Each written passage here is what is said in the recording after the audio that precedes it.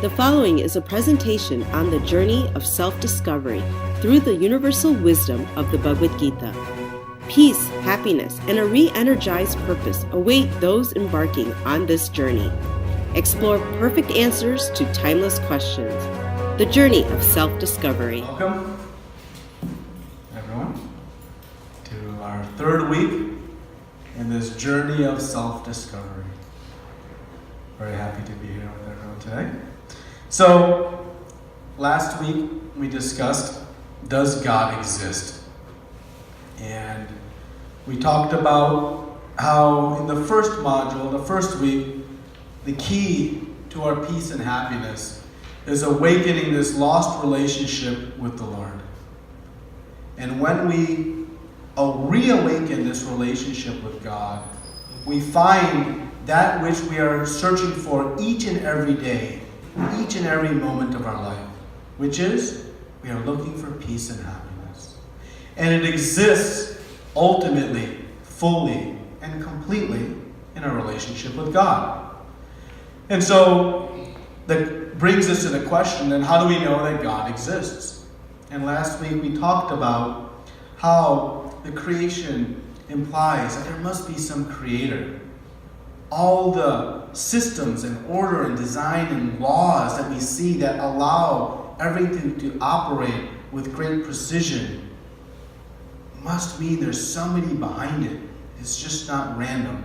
Just like paintings don't appear through magical splashes of paint on a canvas, but they're actually skillfully applied with great intelligence and ability. Just like the great machines like the light bulb or the telephone don't just magically appear, but it takes great intelligence and skill to create such life-changing pieces of equipment. And so who is it that created, that is maintaining, that is facilitating everything around us in such perfect precision? There is a person, a supreme person behind all of it, and that is God. And we talked about how one can be called God if they fit 4 criteria. Anyone can say they are God. But in order to be the supreme God, one must fit these criteria. Meaning, 1, they must be the supreme source. We said, what came first, the chicken or the egg? He who provisioned that, from whom he had no other source. We know my father's father, father's father's father. Eventually it has to stop somewhere. That person who is the supreme source of everything, who has no other source, that person we can call God. One who has full control. How much control we have? Not even the ability to control the growth of the fingernail on our finger. But God has supreme control. Nothing can happen that God doesn't wish to happen, and nothing happens without His sanction. Not even a blade of grass sways in the wind without the sanction of God. That is the level, the extent of control that God has. And with that, He becomes the supreme proprietor, the owner. We own everything very temporarily, including this body. This body will own for another 30, 40, 50, 70, 100 years. And then where? It goes somewhere else. But God is the owner eternally. Beginning, end. And that makes Him also the independent enjoyer. Like that friend with the big house. Our ability to enjoy our friend's house, who has all kinds of toys, is dependent on that friend allowing us to stay. What is it that we came into this world with that we are trying to enjoy? Nothing. It means we are using someone's resources to try to find different facilities within life. And who has provided those resources? It is the Lord. And just as that friend who has a beautiful home, if we go on enjoying and enjoying and enjoying without acknowledging their presence, their gift to us, how considerate would we be considered? Not very much. But similarly, as we are enjoying the provisions of the Lord, we can take some time to say and acknowledge. And we see the great love of the Lord that He gives not only to those who say thank you, who do love Him, but even to the atheists.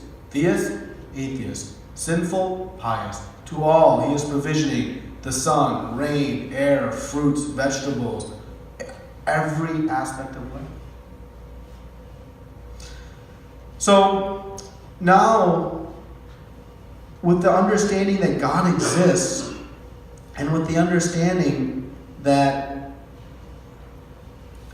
there is this supreme person, and we talked about how to see God by feeling the effects of our relationship with the Lord while we prepare and qualify to see with our own eyes. Well, then how to find out about God? Who is He? What is He like?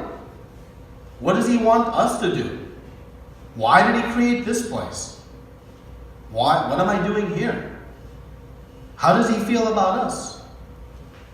What is the type of relationship? These questions we talked about in the very first session, that we have this human intelligence to inquire.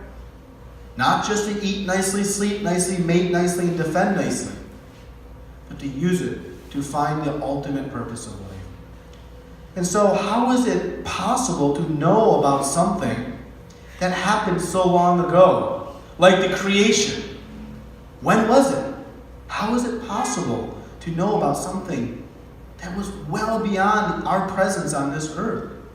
Sitting here in Michigan, trying to understand something about this vast universe that seemingly is endless. Is it possible? We have to go so far back in time.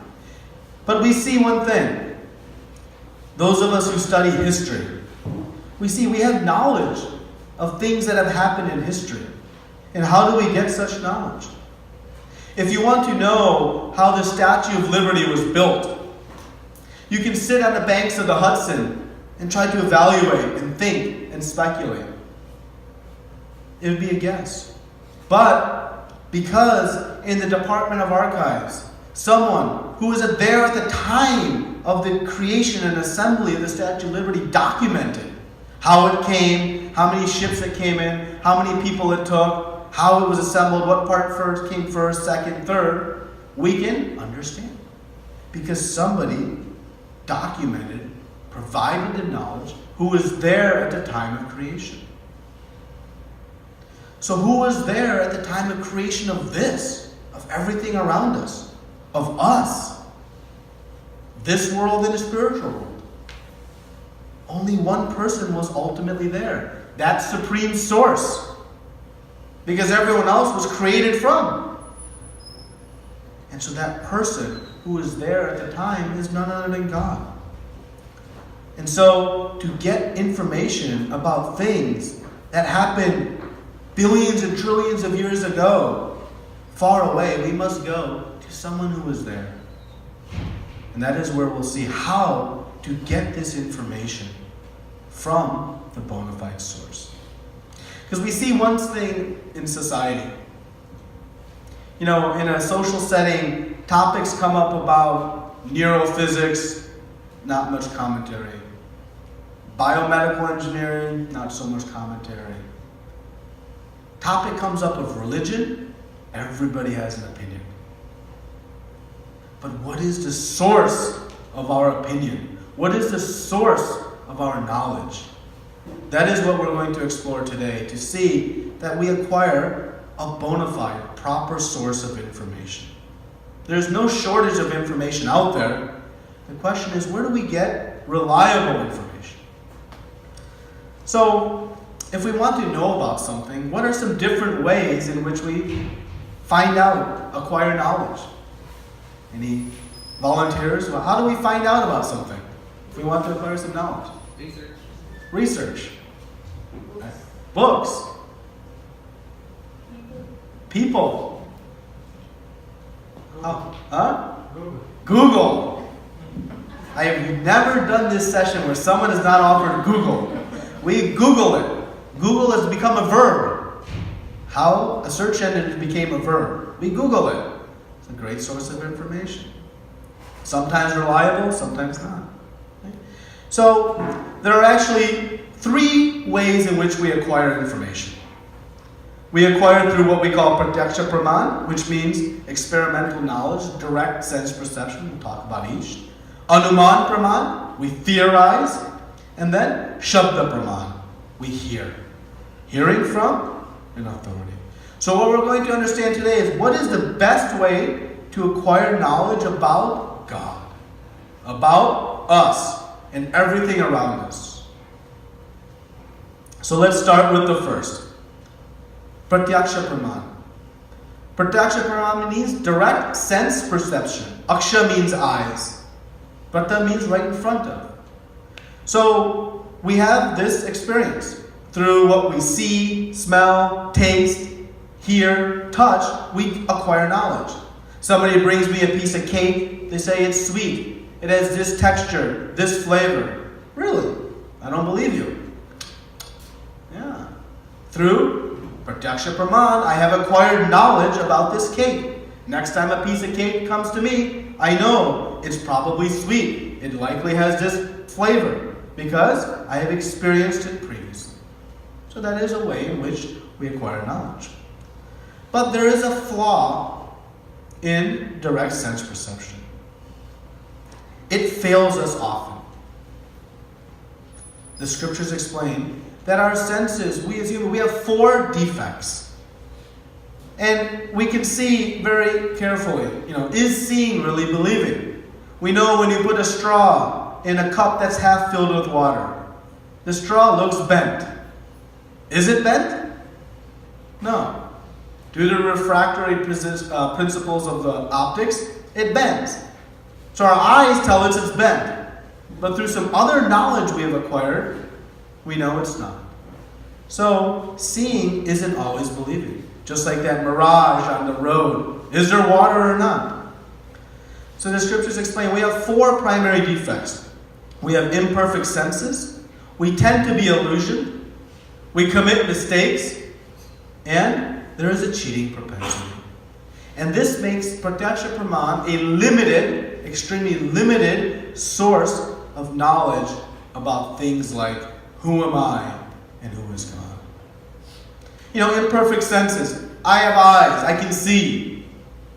As a child, I remember you're watching the plane in the sky, and it's going and going and going, and then the plane disappears. Did the plane disappear, or did my eyes' ability to see it disappear? Right? We have limited things that are very close. We can't even see at the tip of our nose or inside our eyelids. If it's too close, too far, we can't see. We have very limited ability to see. Hear. We only hear a certain range of decibels. We need a microphone to amplify. Bats and dogs and other animals can hear at even broader ranges than us. So we have limited hearing. Even our taste. If you take an orange and you cut it in half, one half you bite into after having taken some sugar. How does that orange taste? Sour. That same orange from the same fruit, the other half, you bite into after having bit into a lemon. How does that orange taste? So our Pratyaksha Praman, what we have acquired, is relative. It is subject to certain conditions. It doesn't give us the unequivocal truth. Touch. Warm hand going in a room temperature bucket of water, that water feels cold. A cold hand going into that same bucket of water feels hot. Again, relative. So these things happen. We have some imperfect senses. 2, we tend to be illusioned. What do we see? Pac-Man. 3 Pac-Mans. Sometimes we see triangles. What do we see here? Person playing music or an old woman and old man? We all see different things. We're all looking at the same thing. Ooh. Is that moving or not? A little freaky, huh? It's static, but we perceive movement. So how accurate can our perception be? Right? Who's tallest? We all know, all right, they're all the same. But we still think, no, is it really there? So our senses, they're imperfect. They're useful. To taste cake, yeah, it's a good way to acquire knowledge about cake. But to acquire knowledge about some of these bigger topics, it's an imperfect source of information. The third is that we make mistakes. To err is human. Anybody who's gone through life without making a mistake? Oh, we all make mistakes. So what we acquire through Pratyaksha Praman is prone to mistakes. The brain was originally thought to be an organ to cool the blood. I think it does more than that. Science is constantly trying to explain new and new phenomena. The Hubble constant, it's a constant, yet it's been revised many times. How is it constant? It's a measure, a way to calculate long distances in space. Because we make mistakes and we correct and we move on. In Europe, there's a famous story of a great mistake that was made. In the 1300s, there was an attack of the bubonic plague, the Black Death. And they were searching and searching how to solve this plague. It was killing millions. It was a devastating experiment. And someone proposed, it is the black cats, the cats that are carrying this disease. And society took hold of this theory, and they began to kill all the cats. And what was the result? The plague grew exponentially. Why? Because it was not the cats carrying the plague. It was the rats, the fleas on the rats. And now that all the cats were gone, who was going to go after and destroy all the rats? And it created and it prolonged this epidemic for many, many decades because of a mistake. Innocent, but a mistake. So we see this over and over again. And because we make mistakes, it leads us to sometimes cover things up. There's a cheating propensity. Some big, some very, very small. Why are there so many IRS agents? Billions of dollars and thousands of people to make sure we fill out our tax return properly. Otherwise, what is their purpose? You go to the gas station and you look, and there's a little sticker. If you have any concerns, call the Department of Weights and Measures. There's a department within the state of Michigan to help you ensure that you got 1 gallon of gas when the little thing says 1 gallon. Do any of us know for sure? No. But because of that cheating propensity, we need some regulations. You take a standardized test, so many IDs and fingerprints and this and that and the other. Because this happens. This famous Piltdown man fraud. 40 years, someone was desperate to try to prove evolution. And so they unearthed, supposedly, a head that had the jaw of an orangutan and the skull of a human, proving evolution. 40 years, this hoax lasted until it was proven that someone had artificially screwed the orangutan's jaw to a human modern head. It's a hoax. These things happen. And we've seen it in modern day with Enron and Bernie Madoff and Milli Vanilli, for those of you who grew up in 80s pop culture, remember? That's what happens. So this Pratyaksha Praman is useful for many things, but it's not a perfect source of information. And it has its limitations. So now what? Well, we can go to Anuman Praman. This is what we call theorizing. It means that we acquire knowledge through inference. All right, I accept my senses are limited, but whatever information I get, I then from there take that and extrapolate and make some assumptions and try to understand something around me. We create hypotheses. And different people seeing the exact same thing will come to very different conclusions. And then debate will ensue. Who's right? And this will go on for time immemorial because no one can really prove anyone else wrong because they're all theories. They're based on assumptions, extrapolations from what we see. And the danger of it is clear. Once there was a medical conference, and the leading specialists of many fields had gathered to discuss advancements in medical science and technology. And there was a break, and 3 doctors were sitting outside and having something to drink and just observing, getting a break. And there was a neurologist, a psychologist, and an orthopedist. And they are watching a gentleman cross the street with a pronounced limp. He is limping. And the neurologist said, I've seen that limp before. It is due to a misfiring of the neurons in a connection with the spinal cord that is causing this limp. The orthopedist says, no. I've treated so many of these cases. This exact limp is due to a hip issue that just needs a minor adjustment and he'll be fine. And the psychologist says, nonsense. This limp is a result of some trauma this person has experienced. And in this way they theorized. And by the time the person had come and crossed the street, and the neurologist asked, my dear sir, we are trying to understand the cause of your limp. My friend here thinks it's because of some trauma. My other friend here thinks it's because of some hip issue. But I know it's because the neurons are not firing properly. Can you tell us, why are you limping? And he says, I have no neuron problem, no hip problem, no trauma.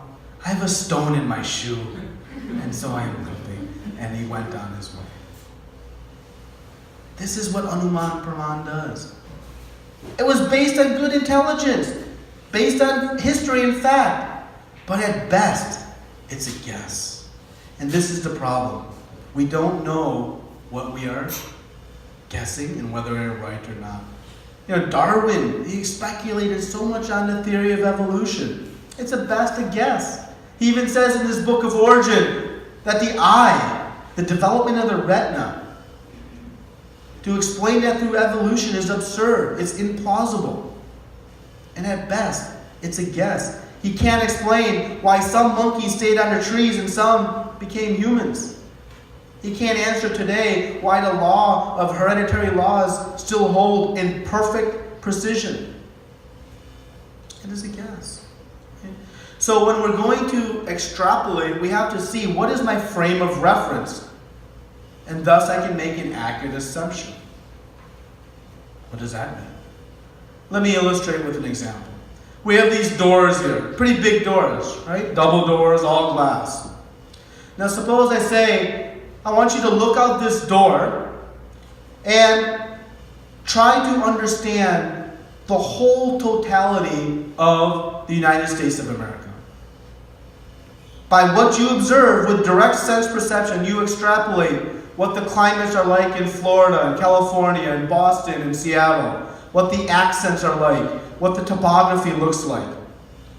How accurate will our theorizing of what the country looks like be? Really bad. Why? Because we have a tiny frame of reference. I'm looking at, if I ask you, tell me what it looks like exactly across the activity center, well, you'll have a pretty good ability to do so because you have a good frame of reference. So when we look out into our telescopes, no matter how powerful they may be, what is our frame of reference within the context of the whole creation?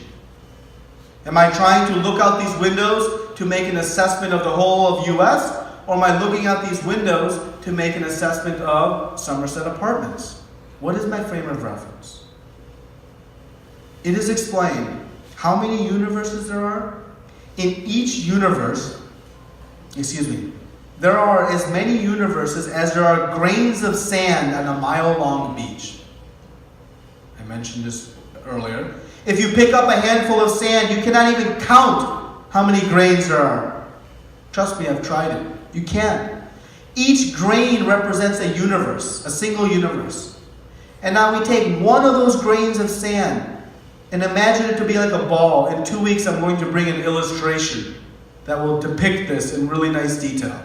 But you can imagine like a ball, and it's filled half with water, and there's the Garba Ocean, And on top of that is Ananta Shesh and Garbhodakshaya Vishnu. And again, we'll get into all this detail. But the point is, within that creation, there are millions of planets. There are 14 planetary systems from Pataloka to Swargaloka. We are in the middle Burlok.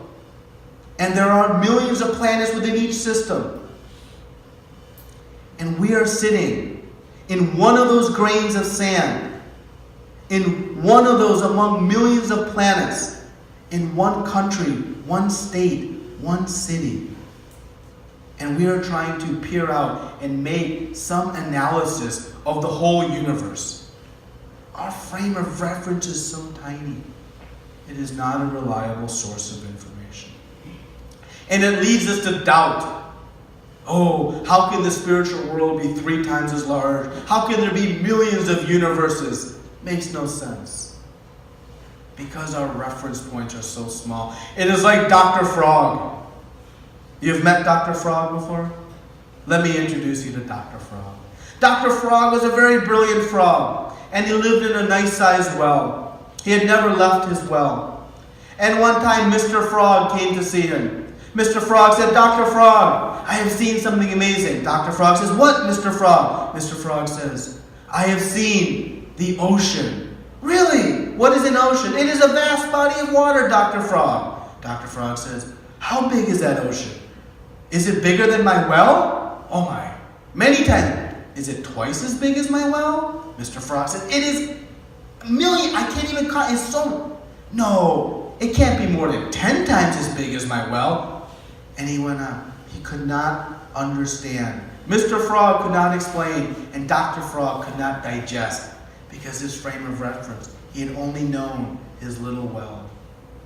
So when we hear about the vastness of the creation, the vastness of the universe, sometimes we have these doubts. But remember, we are like that Dr. Frog. It is hard to understand the vastness of the ocean if you have only seen a small well.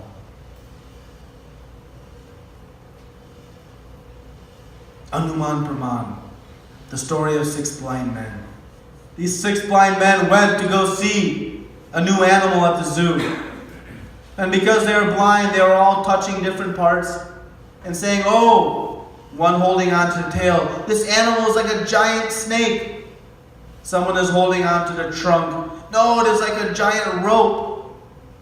Someone on the side, it's like a big wall. And in this way, they were all providing their analysis of this animal. Was anyone wrong? Was anyone right? In some ways, no one was wrong. In some ways, no one was right. So this is this Anuman Praman. This Pratyaksha Praman that leads to Anuman Praman is very, very limited. Scientists and philosophers are constantly coming up with theories based on the best they can do. But the best of the best of the best will still result in extremely limited results. So now what to do? How are we left to get good information? What is our option? Well, our option is through Shabda Praman. Thankfully, seeing or theorizing is not the only way in which we can acquire knowledge. And we have acquired so much knowledge. Actually, most of our knowledge comes through Shabda Praman. How many of you know something about Mount Everest? Most of us. Anybody has done Pratyaksha Praman to Mount Everest? Anybody has been there, seen it? No. We have acquired knowledge from some bona fide source. How many of us know about the deep Amazon jungle?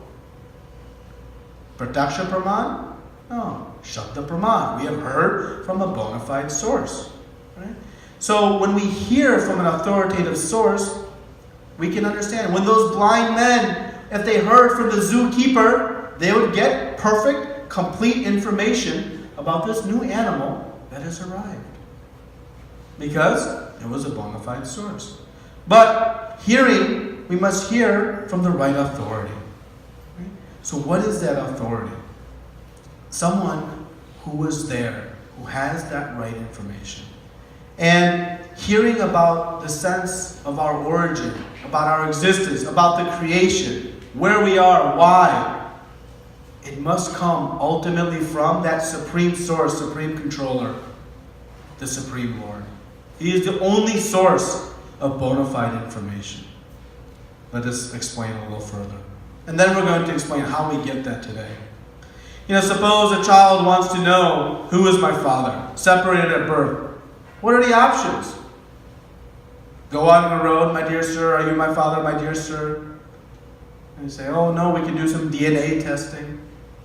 Well, you first need to know who to test. You can't just, randomly test. It would take thousands of years to figure out. So what to do? How to find out? We must go to a trusted authority. And who is that trusted authority? We ask Mother. Mother, who is Father? We go to someone that we trust, who will give us credible information. And Mother knows because she was there at the time of creation. This is Shabda Praman. Okay? If I want to know the contents of a final exam, I can guess, I can anticipate, I can ask those who took it the year before. It's still all at best a guess. But who knows for sure? That person who created the exam, the professor. If you want to know what your parents did in their childhood, you know your parents so well, but can you know definitively what they did in their childhood? You may know all their habits, natures, likes, dislikes, but how can you know for sure what they did in their childhood? You have to ask someone who was there. Either them, your uncles, grandparents, some family member. Someone who's there can tell you. So the proper authority we must hear from must be one who's there, who has the perfect knowledge. We can't just go to anyone and ask, who is my father? Or what is on this exam? If I have the flu, I don't go and ask an expert in auto mechanics about how to fix my flu. I have to ask a doctor.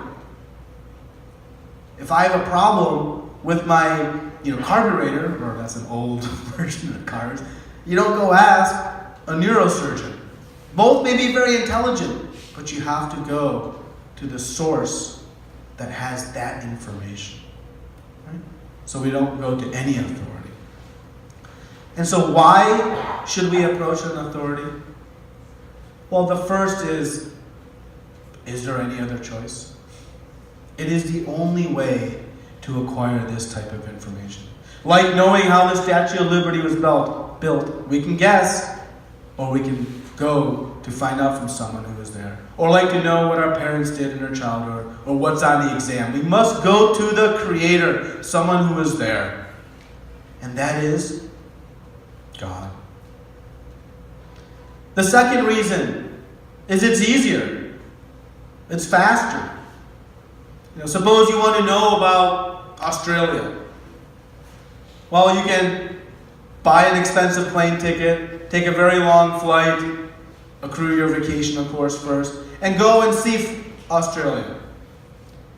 Or you can hear from BBC or National Geographic, some trusted source you put your confidence in. I'll leave it to you to decide who that trusted source is. But you can acquire information about Australia.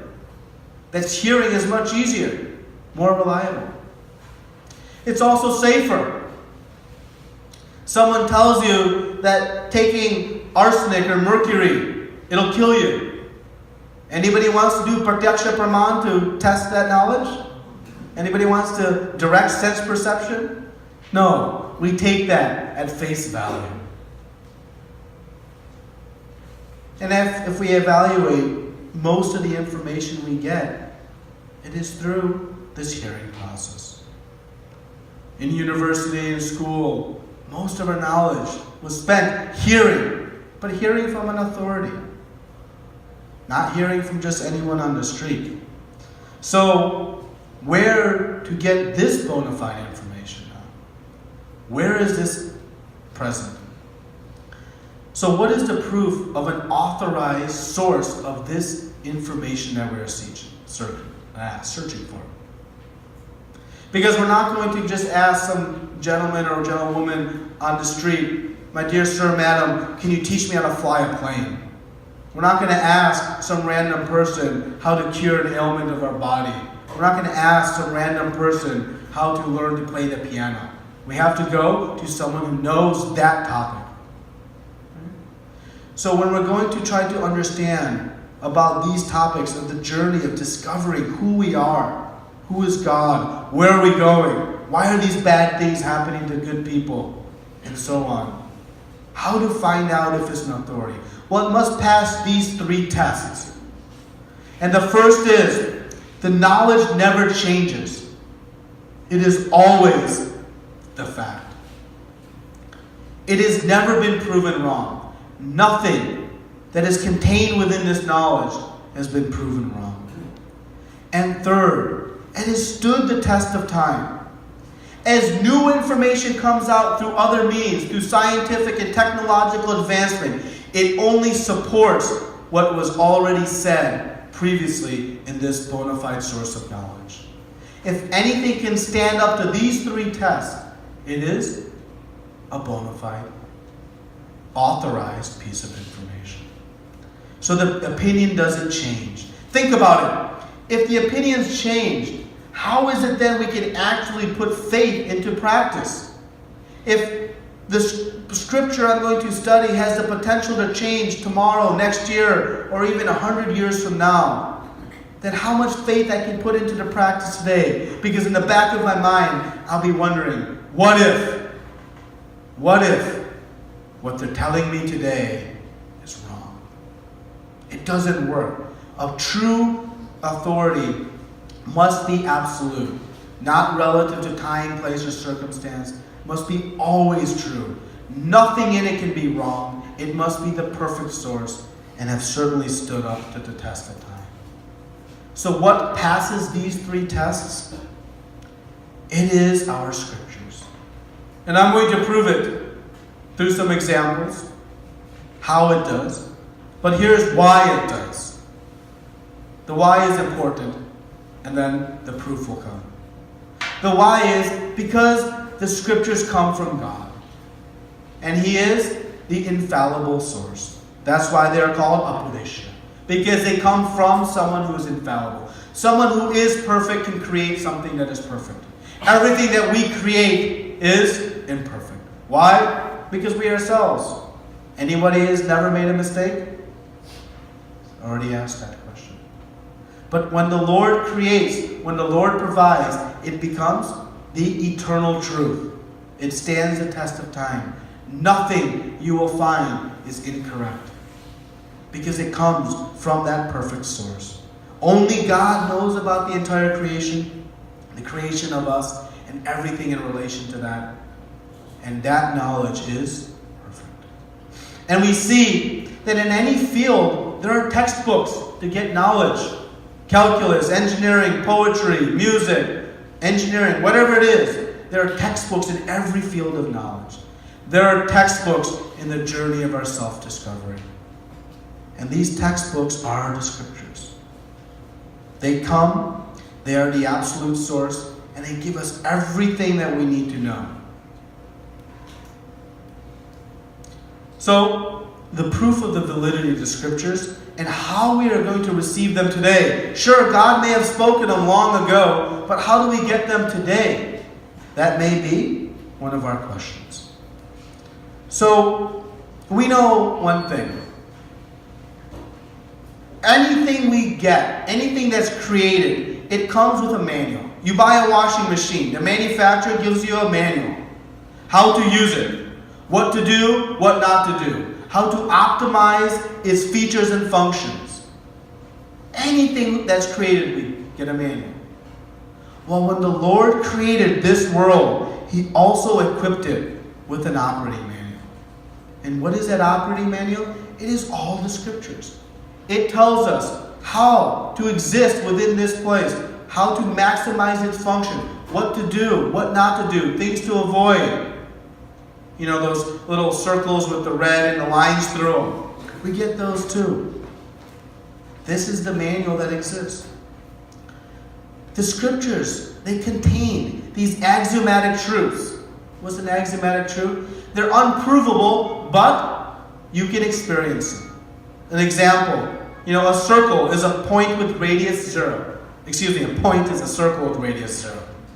You can't measure radius 0, but you can observe it. Within the scriptures, there are so many axiomatic truths.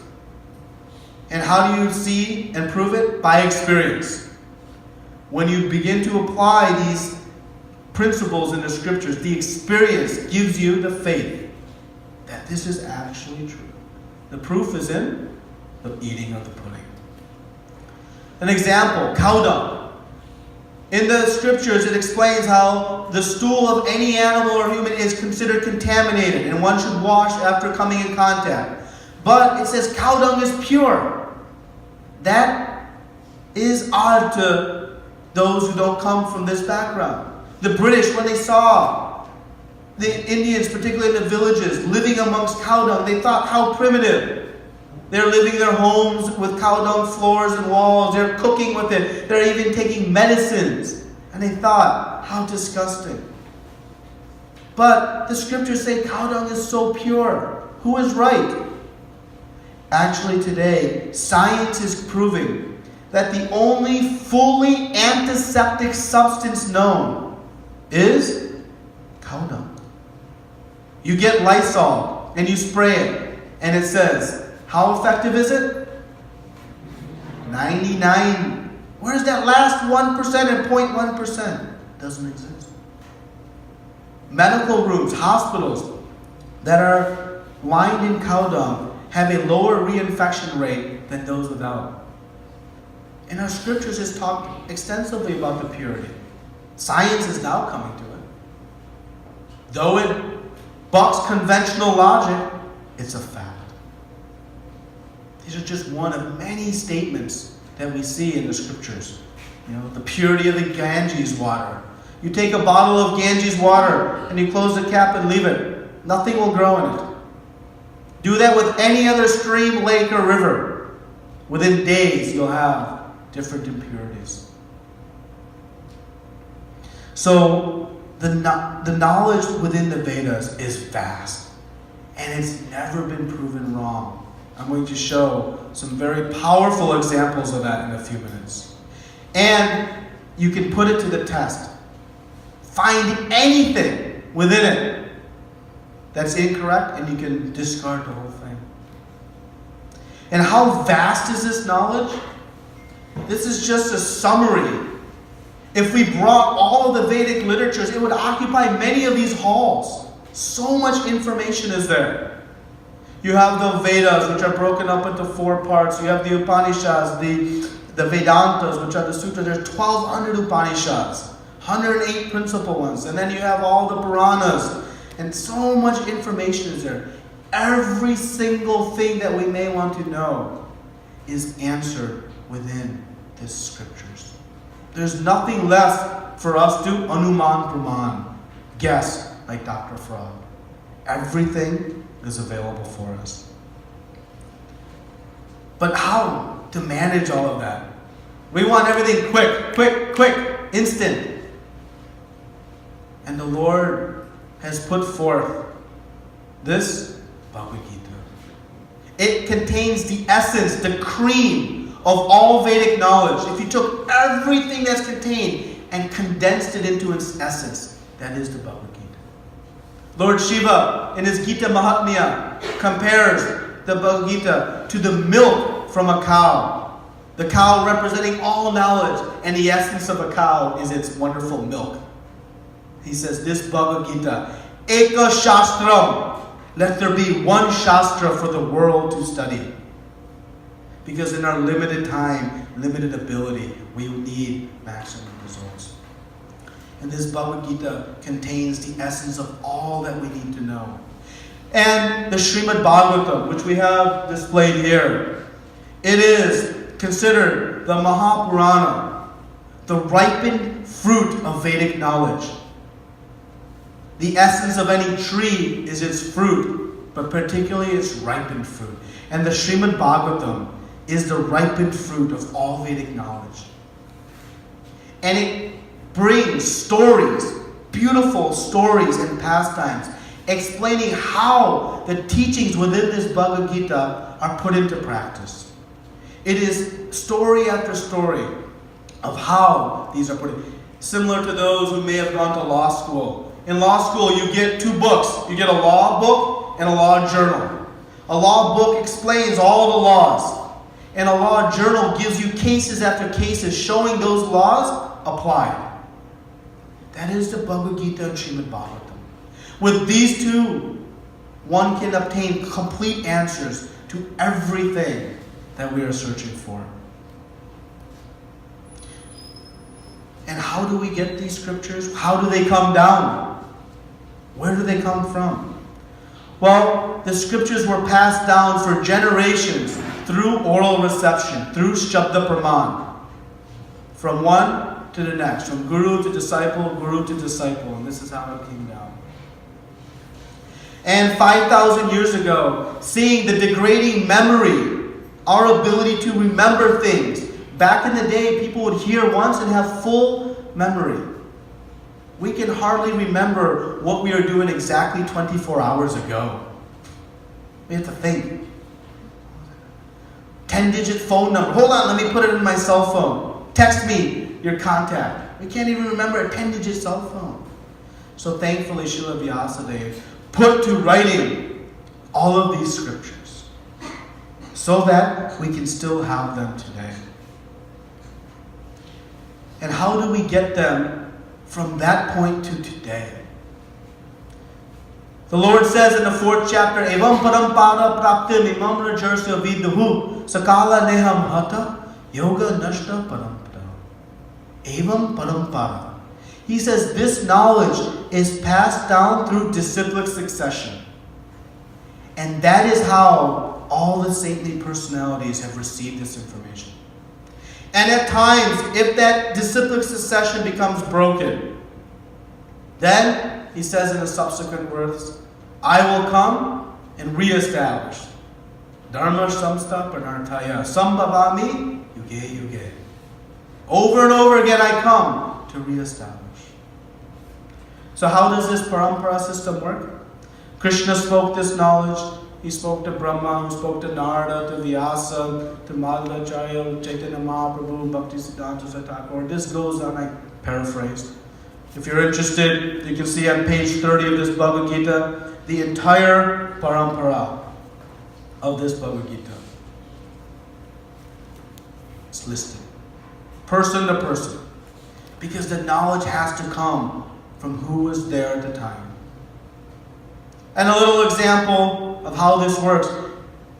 If you want to know what I ate for breakfast today, I can tell you what I ate yesterday, what I plan to eat tomorrow. But if you want to know for sure what I ate, who can tell you? I can.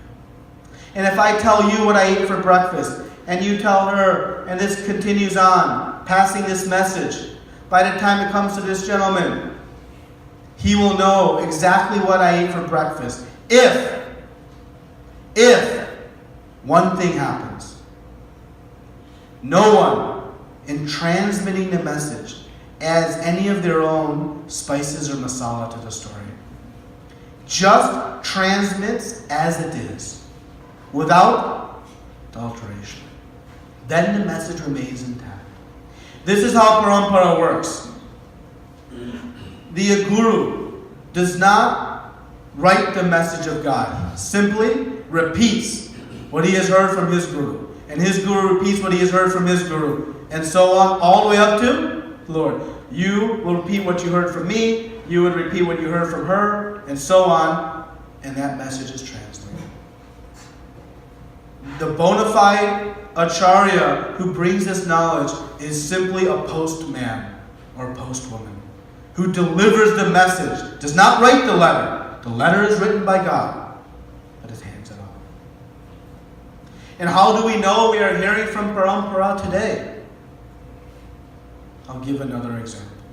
We have this plugs, and things are plugged into it. Now, if I plug something into that wall, I'm hoping that there's an uninterrupted connection from that plug plate to 60, 70, 100 miles away to some power generation station. It must pass through underground conduit, above ground, substations, big stations, this, that, and the other. And if there's a break anywhere along that line, it won't work. And how to know if it works? I just stick my finger in the plug? Not the safest way. No, I stick a light in there. And if the light goes from dark to bright, I know there's an uninterrupted connection between that plug point and the source of all power, that generation station. How to know if I'm taking to practice of a philosophy and it has an uninterrupted connection back to the source of all knowledge, the Supreme Lord. The practice of this knowledge must create a transformation of the heart. Just like plugging in that bulb created a transformation of the bulb from dark to bright. Our heart and mind and consciousness, when applying bona fide knowledge, will transform from darkness to light, from anxiety to peace, from heaviness to lightness. This is how this parampara system works. And just like this power is carried, what is carrying the power line from the generation station to here? It is a series of power poles. Those power poles do not create any electricity. What do? They carry that message, that power a little bit further. That is what the Guru does. The disciplic succession. They don't create the message.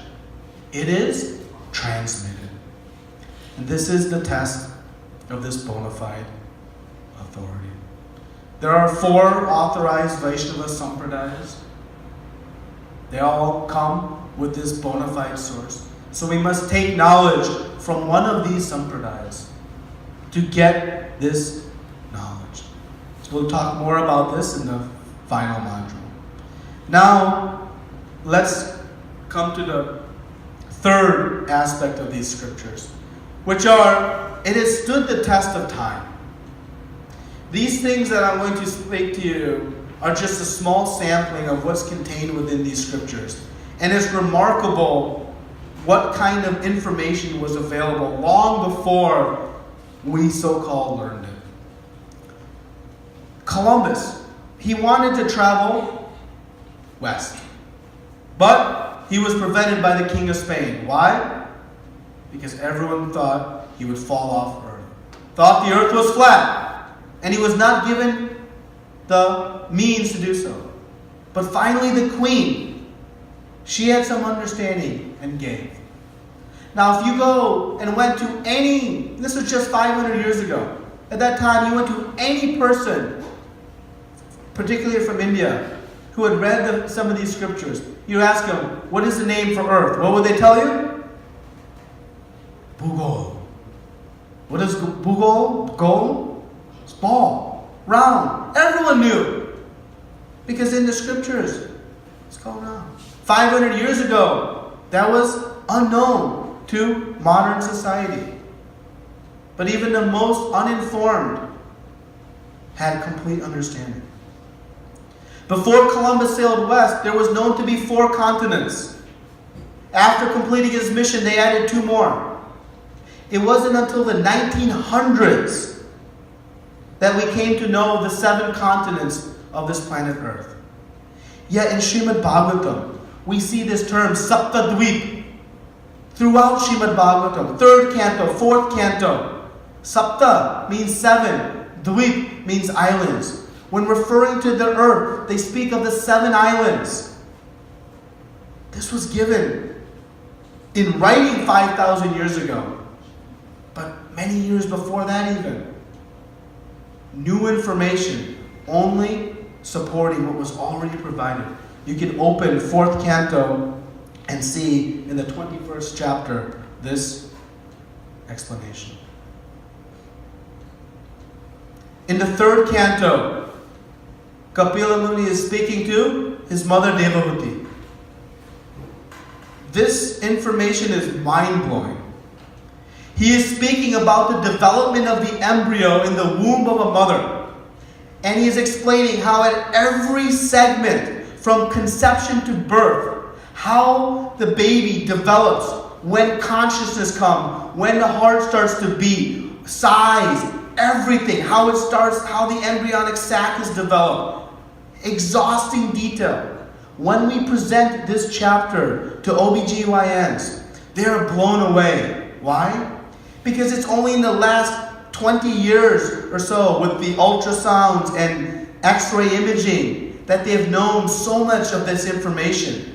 Yet how was it known way before we could see inside the womb of a mother? Because this knowledge is coming from that person who created this in the first place. Read in this third canto, this section. It is explicit in its detail. You know, we see science theories are always changing. Initially, we thought in the 19th century the smallest particles were the atoms. And then in the 20th century we discovered subatomic theory. Oh, there are neutrons and protons and electrons. And now, wave theory. Science is constantly evolving based on capability. The knowledge is changing. The scriptures don't. Today we see so much adoption of yoga. Yoga has been practiced. Who is the author of yoga? It is Krishna. It is spoken in the 3rd through 6th chapters of the Bhagavad Gita. From Karma Yoga to Jnana Yoga, Ashtanga Yoga, Buddhi Yoga, Bhakti Yoga. The whole principle is established here. Appearances of those like Lord Buddha, given in the 1st canto, Srimad Bhagavatam. Even the appearance of like Chaitanya Mahaprabhu, Chanakya Pandit, 12th canto. Even in the Bhavishya Puran, we see the appearance of Lord Jesus Christ and Prophet Muhammad. Both are contained in the Bhavishya Puran. So our scriptures contain incredible amounts of information. Everything we see that is created comes with a manual. This creation also came with a manual. And that is the scriptures. It provides absolute truth, not relative to whether I've tasted something sweet or sour. Not relative to today's customs or yesterday's customs. It speaks on the eternal platform. And it is the only source of authorized information. Pratyaksha Praman has so many limitations. It is good for things like understanding information about cake, but it cannot help us understand where are we within this cosmos? Where are we within this creation? Why are we here? We must go to the level of Shabda Praman. It is the reliable source of all of our knowledge. And that knowledge is available to us today through this Evam Parampara Praptam Imam Rajasu Viduhu. This is the system, how the same exact knowledge that Krishna spoke to Arjuna, it is available to us today. It is not different. We may perceive differences, but the fact is it is the same. And the effect is also the same. And we'll prove that in session or module 5. So, how to find out about God? It is through the scriptures, through Shabda Praman. So this concludes the Does God Exist? Next week, we're now going to take a deeper dive into the philosophy to understand who am I. We may say, I am so-and-so, pull out our driver's license and identify ourselves. But I ask, what will your driver's license look like 100 years from now? Does it really define who we are? It defines who we temporarily are. But who am I eternally? And we're going to understand the nature of the soul and how the presence in the soul and the body is our eternal identity. And when we begin to see ourselves as the soul and no longer this body, it opens up a whole new way to see everything around us. And it is the transformational realization that allows us to find this peace and happiness. Because Krishna is going to say, Dihinoshven yatha dehe kaumaram yavanam jara tatha dehan taraptir tiras tatra namuyati. Tiras, how to be sober, peaceful. That is what we all want. It comes when one understands the nature of the soul and how it is transmigrating through different walks of life. So we're going to get a little technical, a little philosophical. We'll use examples, use proofs, as you see, that is the system of this seminar, and show and have clear understanding of how we are spirit soul. And this will pivot our entire seminar into the discovery of the self. So look forward to having that conversation with all of you next week. And then the following module, next week's is a 1 week module, and then we'll discuss this question I know we're all anxious to get to, the laws of karma, and why do bad things happen to good people, concluded by the practical application.